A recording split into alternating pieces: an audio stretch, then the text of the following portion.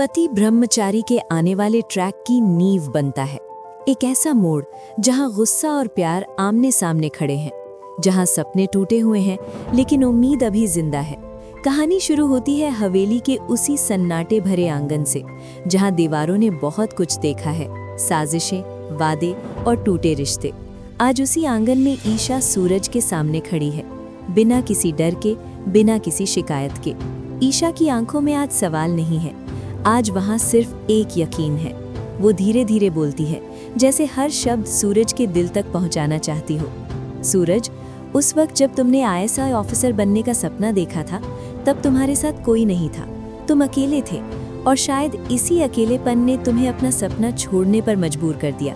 लेकिन अब मैं हूं ना, मैं तुम्हें वो सपना पूरा करके दिखाऊंगी।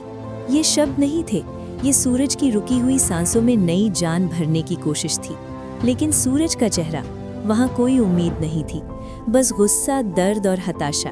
वो ईशा की तरफ देखता है, लेकिन उसकी नजरों में खुद से नाराज एक इंसान खड़ा है।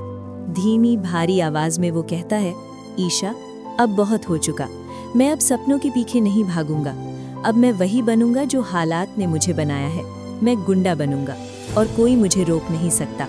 ये सुनकर किसी और का दिल टूट जाता, लेकिन ईशा की आंखों में चमक आ जाती है। वो एक कदम आगे बढ़ती है। उसकी आवाज में डर नहीं, उसकी आवाज में प्यार और हिम्मत है। सूरज, डर और गुस्सा तुम्हें रोक नहीं सकते, ये तुम्हें सिर्फ बर्बाद करेंगे। तुम वो इंसान नहीं हो जो हालात के सामने हार मान ले। तुम्हें अपना सपना पूरा करना ही होगा, और हर कदम पर मैं तुम्हारे साथ हूँ।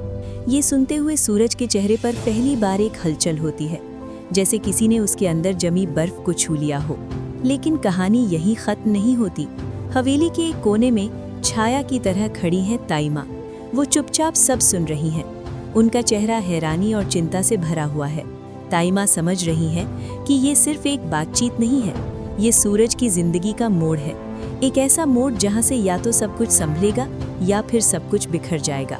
वो देखती हैं कि सूरज और ईशा दोनों अपने अपने अंदर की लड़ाई लड़ रहे हैं। एक तरफ बीते हुए अपमान और गुस्सा, दूसरी तरफ अधूरे सपने और सच्चा प्यार।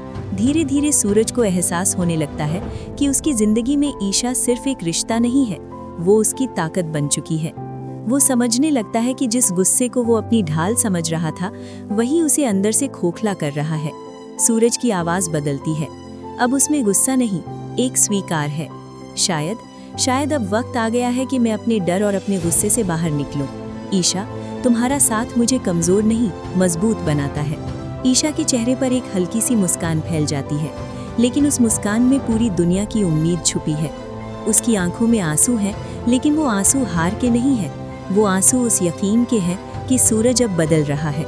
हवेली में सन्नाटा है, कोई ताली नहीं, कोई शोर नहीं, लेकिन दिलों के अंदर उम्मीद की तेज धड़कन सुनाई दे रही है।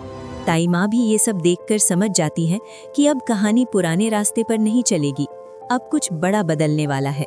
और फिर सूरज आखिरी फैसला लेता है। वो ईशा की तरफ देखता है, इस बार पूरी मजबूती के साथ। ईशा, मैं अब गुंडा नहीं बनूंगा, मैं वो सब करूंगा जो हमारे लिए सही है, हमारे सपनों के लिए सही है। ईशा की आंखों में खुशी का ज्वालामुखी फूट पड़ता है। वो जान जाती है कि ये सिर्फ एक वादा नहीं है, ये एक नई शुरुआत है। आने वाले ट्रैक में पति ब्रह्मचारी के दर्शक देखेंगे कि कैसे सूरज और ईशा मिलकर हालात से लड़ते हैं, कैसे प्यार, भरोसा और साहस हर साजिश से बड़ा साबित होता है। ये कहानी सिर्फ एक सीरियल की नहीं है, ये कहानी है उस इंसान की जिसे बस एक सच्चे साथ की ज़रूरत होती है अपनी किस्मत बदलने के लिए। तो दोस्तों, अगर आप भी जानना चाहते हैं कि सूरज और ईशा का ये सफ़र आगे क्या मोड़ लेगा, क्या उनका सपना सच होगा या फिर कोई नई साजिश रास्ता रोक लेगी, तो जुड़े रहिए हमारे साथ। वीडियो को लाइक करें, चैनल को सब्सक्राइब करें और कमेंट में ज़रूर बताएं कि आप सूरज के इस फैसले के बारे में क्या सोचते हैं।